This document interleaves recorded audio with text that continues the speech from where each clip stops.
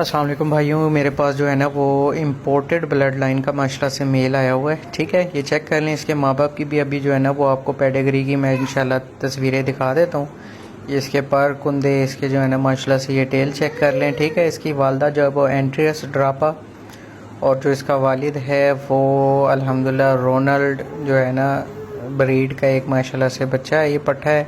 ठीक है, imported blood line की है, इसको रिंग वगैरह लगी हुई है। इंशाल्लाह जो आपको रिंग है ना वो भी मैं आपको दिखा देता हूँ। ये माशाल्लाह से रिंग लगी हुई है, चेक कर लें।